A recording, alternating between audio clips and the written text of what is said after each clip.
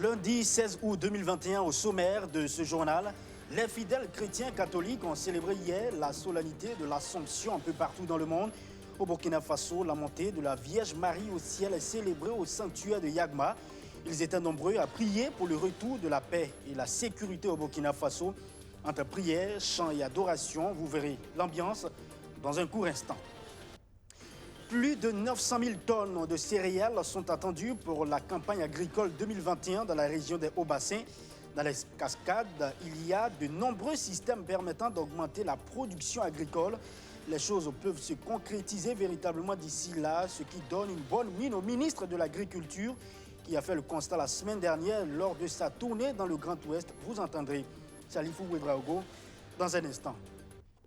Et puis Haïti qui souffre des affres de Dame Nature, 1300 morts, 5700 blessés, c'est le bilan du puissant séisme qui a dévasté une partie du pays le week-end dernier. Des milliers de personnes sont sans abri, certains sont encore sous les décombres.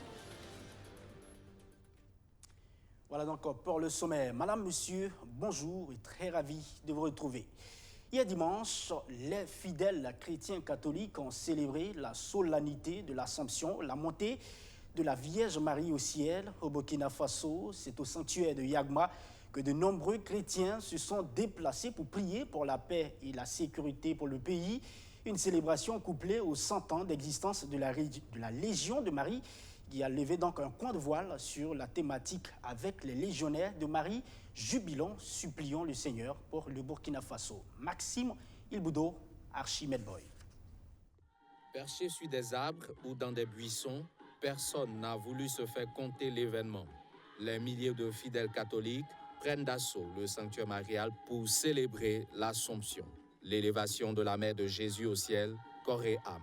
Une occasion pour les pèlerins de renouveler leur attachement et leur confiance au Seigneur.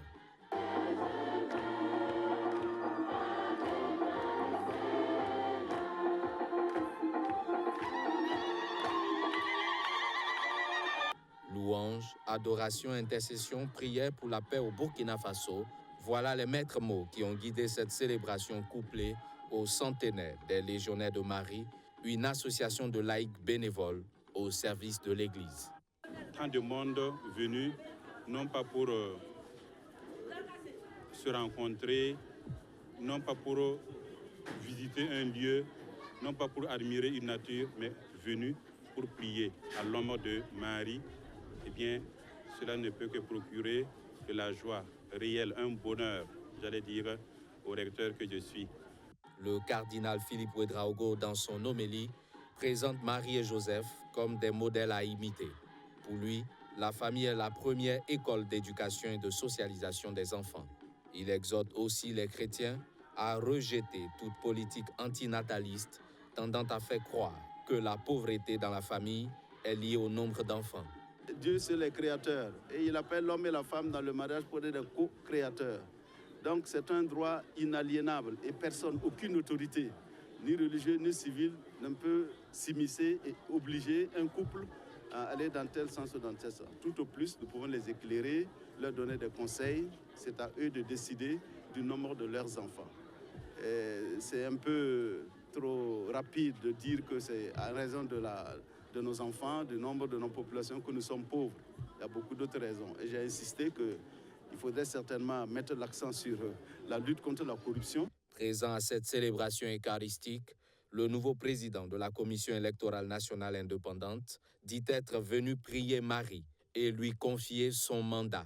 Nous avons profité, comme vous l'avez suivi, demander à l'ensemble des fidèles et aux autorités ecclésiastiques de nous aider dans la prière, à faire monter nos prières au Seigneur pour qu'il nous aide dans les nouvelles missions qui nous ont été confiées, afin que nous puissions les assumer au mieux et pour le bien de tous.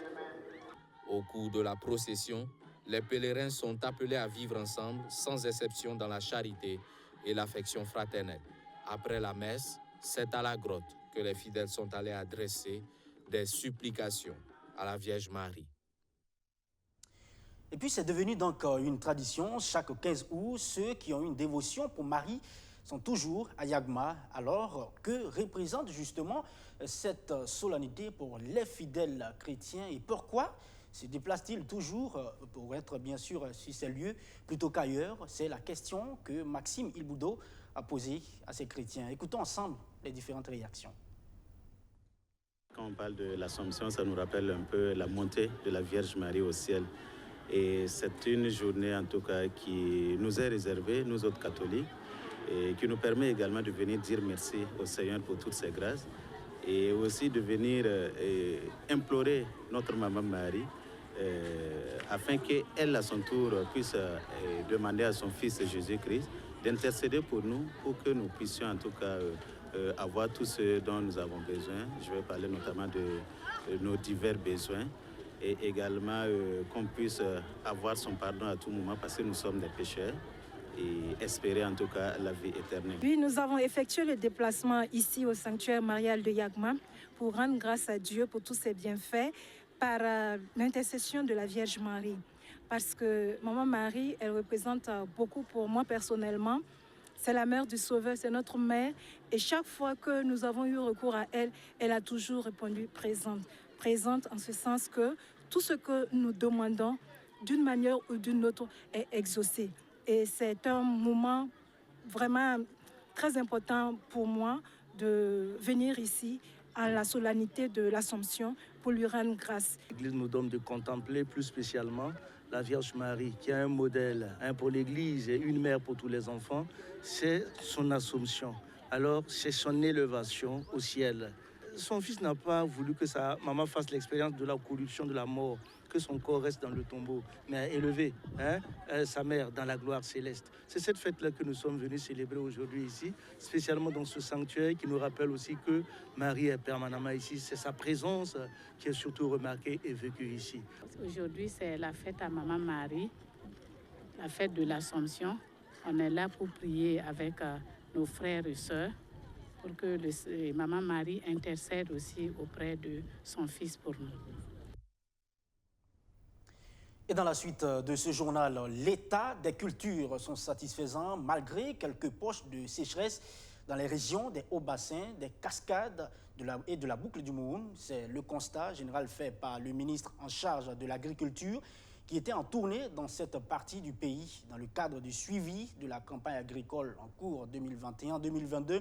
À Banfora, par exemple, de nouveaux systèmes d'irrigation sont mis en place pour augmenter la production. Et du côté des hauts bassins, plus de 900 000 tonnes de céréales sont attendues pour cette campagne. Reportage. Pour sa deuxième sortie dans le cadre du suivi de la campagne agricole en cours, le ministre de l'Agriculture, des Aménagements hydro-agricoles et de la mécanisation était dans la région des hauts bassins. La région représente un tiers de la production des céréales et pour cette campagne agricole, il est attendu plus de 900 000 tonnes. Également, en termes de production de riz, c'est 200 000 tonnes de riz, ce qui représente le 1/5 de 1 million de tonnes de riz dans le cadre de l'initiative du président du Faso. C'est donc dire que le ministère en charge de l'agriculture attend beaucoup de cette zone à forte production. En termes de production cotonnière, c'est plus de 300 000 tonnes de coton qui sont attendues au niveau de la région de Haut-Bassin. Ce qui veut dire pratiquement plus de la moitié, on peut dire environ la moitié de la production de coton au niveau du Burkina Faso. Et c'est pour dire que nous attendons beaucoup de cette région. Et c'est pourquoi nous sommes sortis pour visiter ces champs, pour voir quel est l'état d'évolution sur le terrain.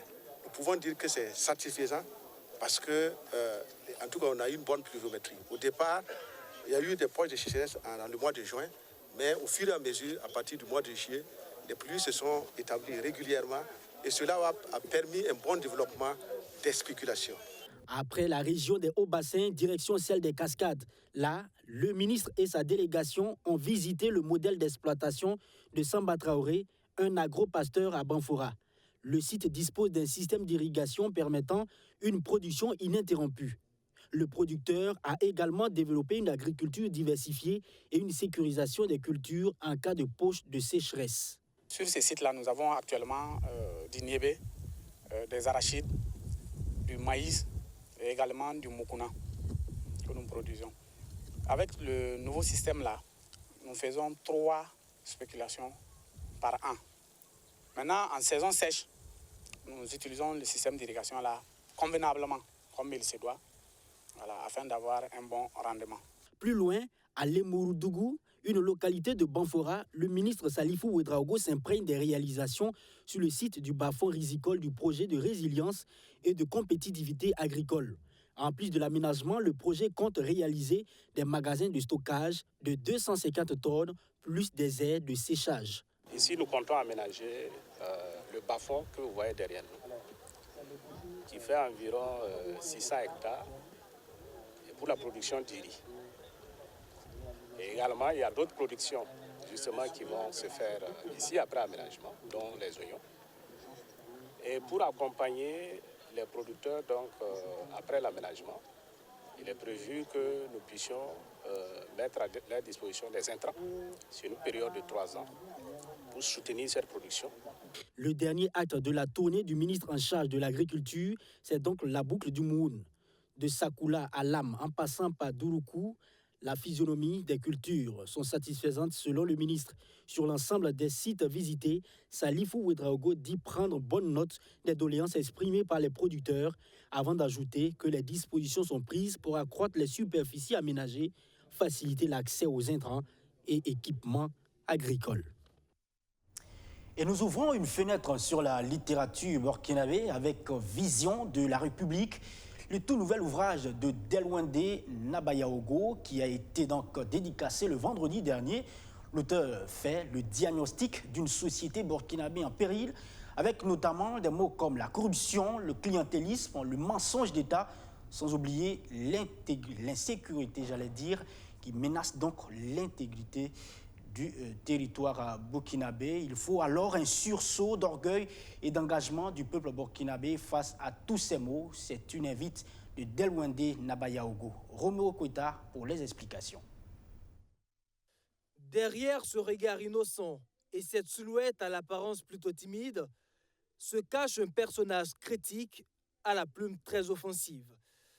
Dans son œuvre intitulée Vision de la République, Delwende Nabayaogo dépeint sans complaisance les travers d'une société burkinabé en pleine déliquescence. Dans ses écrits, l'auteur s'indigne de la marche du pays, où les mots qui le minent sont connus, mais où personne n'ose le changement. En clair, le bouquin est une diatribe à l'encontre des gouvernants actuels et des organisations de la société civile qui sont taxées d'être complices de cette situation. Ceux qui l'ont déjà lu sont édifiés. Quand vous l'abordez dès le départ, vous dites « Ah, on a encore des personnes qui vont encore peindre tout en noir. Et après, qu'est-ce qu'on fait ?» Non, c'est un ouvrage qui est fondé sur une démarche de responsabilité. Et je résumerai son œuvre en 3 éléments fondamentaux: la lucidité, la clairvoyance et l'engagement. L'engagement, justement, c'est ce que propose l'auteur à la jeunesse pour changer la société burkinabé. Refuser de subir et forcer la main à ceux qui tiennent les rênes du pays, c'est le prix à payer pour réussir une transformation structurelle de la nation selon l'auteur. Mais il dit constater que les intellectuels ont démissionné de la gestion du pays. Ce pays aujourd'hui, donc, les médiocres dirigent ceux qui réfléchissent. Je l'ai formulé de cette façon, mais c'est une réalité qui est là, pour la simple raison que les gens sont désignés par rapport à leur appartenance politique, par rapport aux différentes accointances. Ce livre de 300 pages dédicacé ce 13 août est donc pour Delwende Nabayaogo un appel à une offensive stratégique pour une transformation fondamentale de la nation, une contribution à l'éveil des consciences, une invite à l'action. Direction maintenant Kaboul en Afghanistan. Le palais présidentiel est aux mains des talibans depuis ce dimanche, un acte considéré comme une victoire pour ces insurgés Pendant ce temps, le président afghan Ashraf Ghani a fui le pays pour, dit-il, éviter une effusion de sang. Dans le même temps, des dizaines d'Afghans désirant aussi fuir le pays se sont rués vers l'aéroport de la capitale. Regardez. L'Afghanistan aux mains des talibans, 2 décennies après leur éviction par les forces américaines. Sur ces images, les combattants ont investi l'intérieur du palais présidentiel à Kaboul, symbole de leur victoire militaire dans un pays qu'ils ont reconquis à une vitesse foudroyante en moins de 4 mois. Mais alors que de nombreux Afghans craignent pour leur avenir, un porte-parole des insurgés a affirmé qu'il s'agissait d'un soulèvement populaire. Je pense qu'un gouvernement afghan inclusif, c'est la demande, c'est la volonté et le désir du peuple afghan. Ils veulent ce gouvernement. C'est donc un soulèvement populaire. Sur les réseaux sociaux, l'ancien président Ashraf Ghani a publié une déclaration après avoir fui le pays. Il y déclare avoir pris la difficile décision de quitter la capitale afin d'éviter une effusion de sang. Mais alors que les talibans avançaient dans la capitale, les États-Unis, le Royaume-Uni et de nombreux autres pays ont évacué le personnel de leurs ambassades. Plusieurs ont envoyé des troupes pour aider leurs ressortissants à fuir. Le président américain Joe Biden a décidé d'envoyer 6000 soldats pour sécuriser les évacuations de milliers de civils américains et afghans. Au total, le Pentagone estime à 30 000 le nombre de personnes à évacuer.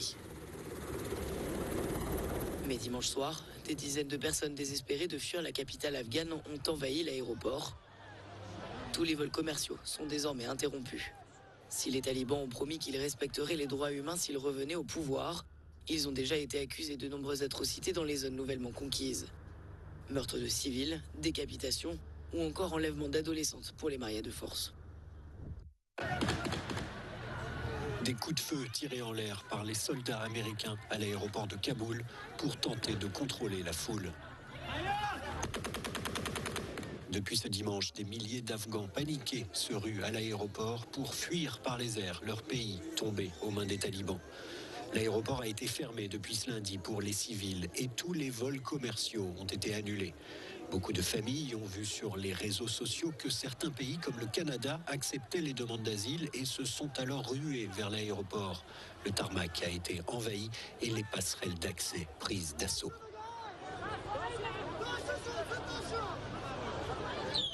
Pour les Européens, les évacuations se font dans l'urgence aussi, mais avec beaucoup plus de calme. Sur ces images, des citoyens croates évacués par un hélicoptère américain.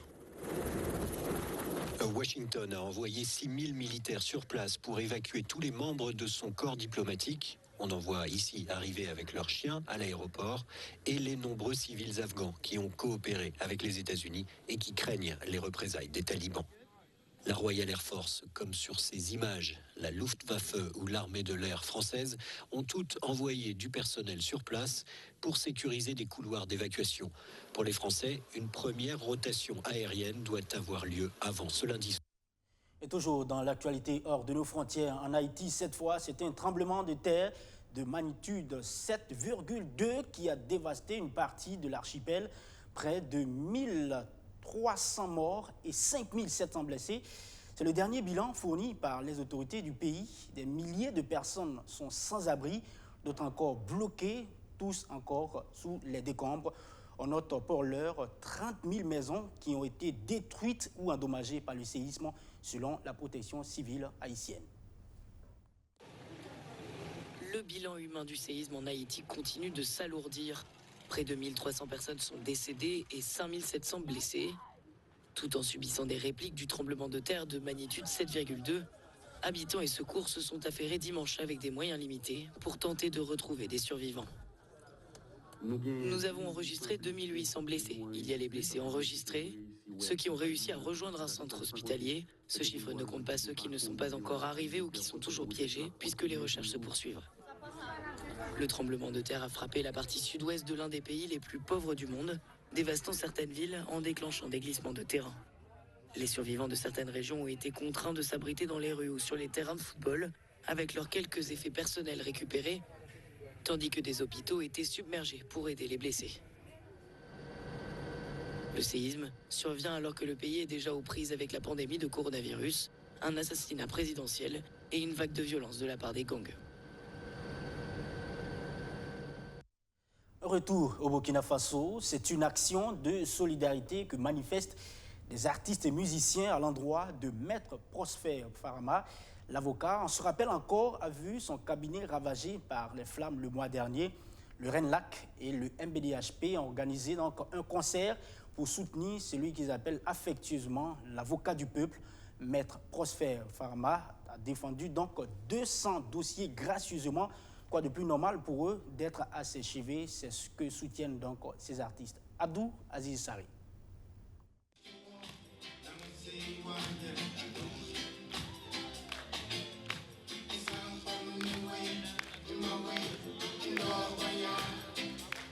Ils disent n'avoir ni la force ni les moyens financiers. Alors, c'est à travers leur voix mélodieuse que ces artistes musiciens burkinabés témoignent leur soutien à Maître Prosper Farama, victime d'incendie qui a ravagé son cabinet le 17 juillet dernier.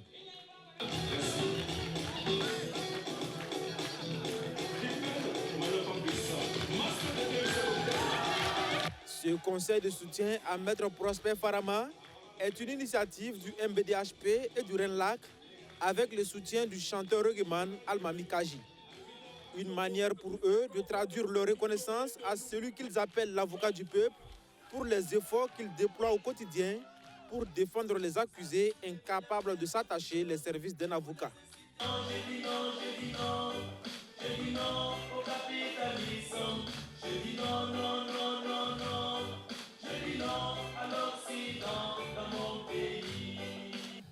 Vous savez, tous les artistes qui ont pressé ce soir, ils l'ont fait de façon gracieuse. Parce que l'homme et son cabinet ont tout le temps défendu, sans distinction, toutes les composantes de notre vaillant peuple. Ça a été cité ce soir qu'il a, avec son cabinet, ils ont défendu près de 200 dossiers gracieusement, à titre individuel, comme au nom du MBDHP. Nous sommes des êtres sensibles. Voilà pourquoi nous avons décidé d'apporter comme ça notre soutien au cabinet Prosper Farama. Visiblement, les amoureux du show n'ont pas regretté d'avoir déboursé la somme de 2000 francs CFA pour prendre part à ce spectacle. Au contraire, ils soutiennent même l'initiative en contribuant à la collecte de fonds qui se fait dans la salle.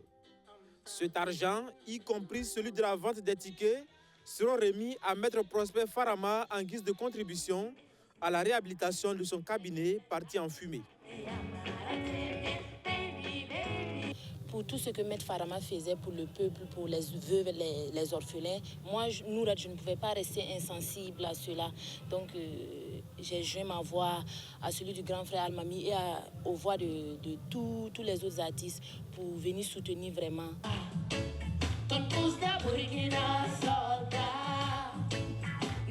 Au-delà de la personne de Maître Farama, ce sont tous ceux qui œuvrent pour le bien-être des Burkinabés à l'image des FDS qui sont soutenus moralement à cette soirée selon les initiateurs.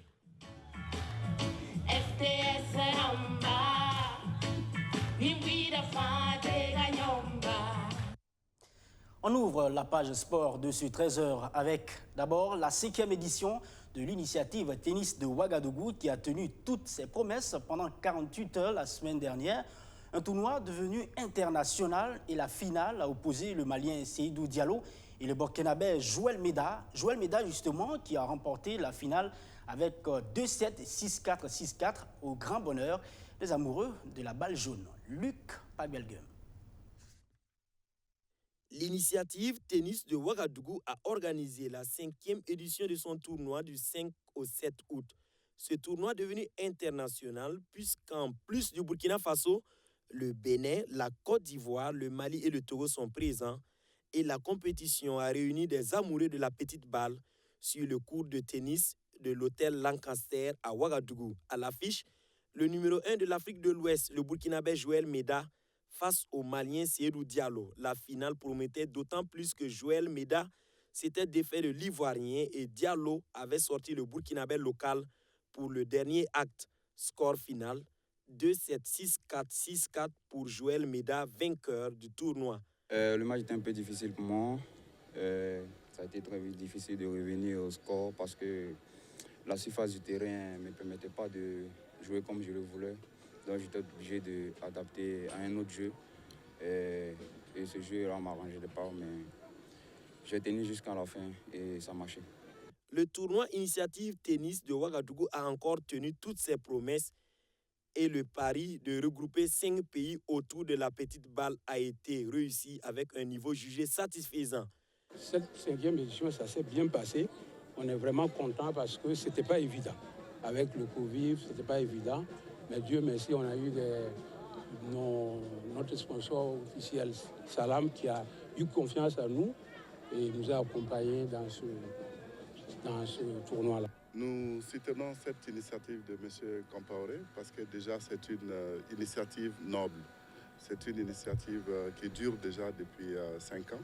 Donc depuis 5 ans, nous accompagnons Jean-Pierre dans cette belle initiative pour le tennis debout. D'abord parce que les valeurs que véhicule le tennis sont les mêmes valeurs qui sont prônées par Sanlam. Le tennis, c'est la persévérance, c'est la combativité. Et Sanlam, c'est également les valeurs de persévérance, les valeurs de combativité. La 6e édition est déjà en gestation et les promoteurs espèrent une compétition plus relevée pour l'année 2022. De la boxe pour terminer cette édition, 17 combattants ont pris part le week-end dernier au championnat senior de boxe à Ouagadougou, un championnat d'élite qui s'est soldé par 7 combats, un jet d'éponge, 2 abandons et un KO. Dans la catégorie super léger, Mathias Napongo de l'USFA a mis KO Abdulaziz Kinda de l'ASFBC, une compétition qui donne lieu de croire que la boxe est de retour au Burkina Faso. Luc Pagelgem que nous retrouvons. 7 combats, dont un KO, un jet d'éponge, 2 abandons et 3 victoires au point. C'est le menu du championnat senior de boxe disputé ce 14 août. Au total, 17 boxeurs ont pris part à ce championnat élite. Les clubs qui ont aligné des finalistes sont Cebro, BCK, Naba Abga, RD, ASBCB, BCD, ABC et l'USFA. Les finales se sont disputées en 3 rounds de 3 minutes chacune. Le premier combat voit la victoire de Fabrice Rachid Traoré de l'USFA sur Souleymane Tao de l'ABC en 3 reprises en catégorie mouche. En léger, Ousmane Nana de l'USFA oblige l'entraîneur de Seydou Traoré de Naba Abga à jeter l'éponge dès la première reprise.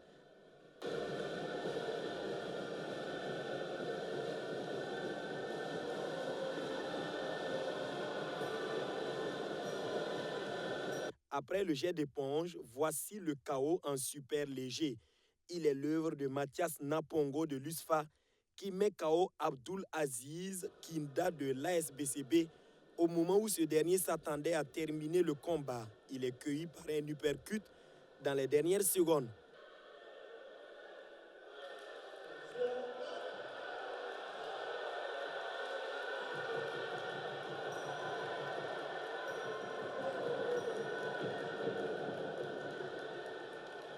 C'est un plan coordonné, puisque premièrement, il faut perturber l'adversaire pour qu'il prenne confiance. Il croit que non, ça pouvait terminer. J'avais mon arrière-plan que je préparais depuis le début même du combat. Et je l'ai exécuté à la 2e reprise, le moment que j'ai senti qu'il n'avait plus l'inspiration comme ça pour continuer le combat. Si Narcisse Kaboré de RD et Raymond Sanou de l'USFA se sont présentés sur le ring en welter, il n'y aura pas de combat puisque le premier cité abandonne pour une 5e victoire de l'USFA. Chez les moyens, Abel Nikiema va infliger à l'USFA sa première défaite de la soirée. Inoussa Bado a tellement boxé qu'il n'avait plus de force pour se relever pour la 3e reprise, consacrant ainsi son adversaire en 2 rounds. Voilà, les coups que je lui donnais, c'était des coups précis. Les coups au foie sont des coups en boxe qui ne pardonnent pas. Et moi, j'ai passé tout mon temps à miser au corps, au foie, pour dater son souffle. Et voilà ce qui est arrivé. Le seul combat qui ressemblait à un combat de rue s'est vu en mi-lourd, où Rasmani Pafadnam de l'USFA a plus boxé l'arbitre que son adversaire Eben Zungrana. Victoire logique de Eben, l'USFA enregistre 5 victoires sur 7 combats. Israël Mano a passé sa colère de n'avoir pas participé au championnat du monde en boxe arabe en Russie sur Rodrigue Guémé de BCB chez les lourds de 91 kg. En super lourd, Abdul Aziz de l'USFA était sans adversaire, tout comme Abdul Lawal Zoré de BCK en coq et Salifou Ouedraogo de Sebro en mi-mouche. ABC avec 3 victoires sur 4 se réjouit de sa performance de la soirée. Satisfait, oui. On n'est pas dit très satisfait même. Parce que d'un côté, j'ai compris que la boxe au Burkina, c'est unilatéral. Pour pouvoir gagner un combat, tout le monde connaît le club, que je ne veux pas dire le nom. Soit tu le mets KO ou bien tu montes à un niveau pas possible. Mais tant que le boxeur refuse de boxer, le combat est déjà perdu d'avance. Sinon, je suis très satisfait de mon club. La boxe signe son retour à la grande satisfaction du président de la Fédération burkinabé de boxe, Jérémy Bouda. Nous pouvons dire qu'on est satisfait parce qu'on a pu quand même organiser non seulement 3 championnats. Il y a eu les championnats de la boxe éducative qui s'est passé à Ouaga. Ensuite, on a eu la boxe de novices qui s'est déroulée à Koudougou. Et aujourd'hui, c'est ceux de seniors. Donc, on peut dire Dieu merci parce qu'on a pu au moins remplir notre combat de chaque jour. La saison sportive 2020-2021 clôt ses portes à la Fédération burkinabé de boxe. L'animation des finales seniors rappelle la soif de compétition chez les amateurs du noble art au Burkina Faso.